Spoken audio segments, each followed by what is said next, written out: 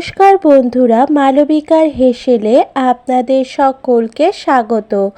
আজ আমি আপনাদেরকে তৈরি করে দেখাবো ভেজ চিজ মেয়োনিজ স্যান্ডউইচ।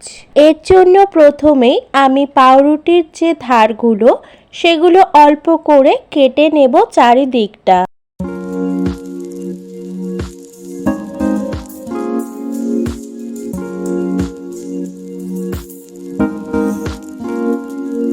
এবার একটা বাটিতে নিয়ে নিচ্ছি পেঁয়াজ কুচি, ক্যাপসিকাম কুচি, yellow bell pepper, baby corn আর দিয়ে দেব এতে রেড বেল পেপার।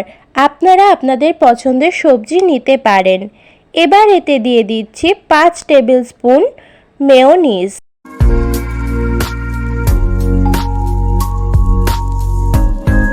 এবার ভালো করে একটু মিশিয়ে নিতে হবে মেয়োনিজের সঙ্গে সবজিগুলোকে।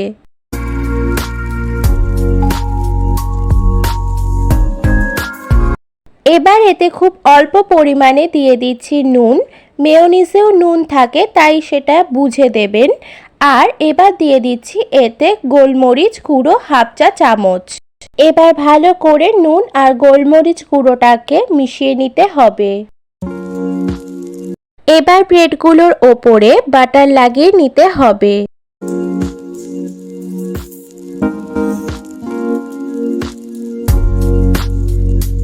এবার এর ওপরে লাগিয়ে নিচ্ছি টমেটো সস।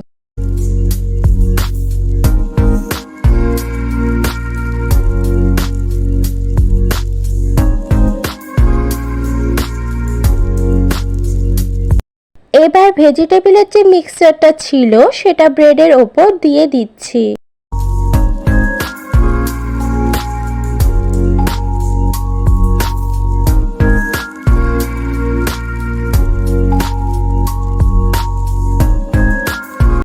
এবার এর ওপর দিয়ে দিচ্ছি চিজ স্লাইস। আমি এখানে চিজ স্লাইস ব্যবহার করেছি, আপনারা আপনাদের পছন্দ মতো চিজ এখানে ব্যবহার করতে পারেন। এবার আরেকটা ব্রেডে বাটার লাগিয়ে ওপর থেকে দিয়ে দিলাম। এবার তাওয়ার মধ্যে বাটার দিয়ে দিলাম। বাটারটা একটু গরম হয়ে এলেই এবার স্যান্ডউইচটা দিয়ে দেব। নিচের দিকটা 2-3 মিনিট মতো ভেজে নেওয়ার সময় ওপরের ব্রেডটাতে বাটার দিতে হবে। এবার যে দিকটা হয়ে গেছে সেই দিকটাকে উল্টে দিতে হবে। একই রকমভাবে 2-3 মিনিট মতো অপর সাইডটাকেও হালকা করে ভেজে নিতে হবে।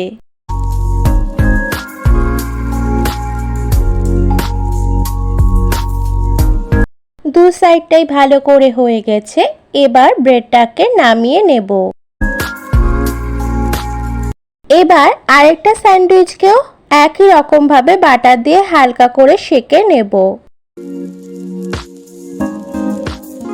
এখানে ভেজ চিজ মেয়োনিজ স্যান্ডউইচ কিন্তু একদম তৈরি। এবার মাঝখান দিয়ে ছুরির সাহায্যে স্যান্ডউইচের আকারে কেটে নেব।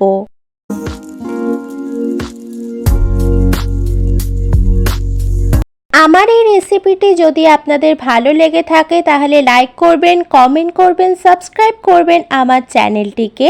ফিরে আসবো পরের দিন নতুন রেসিপি নিয়ে।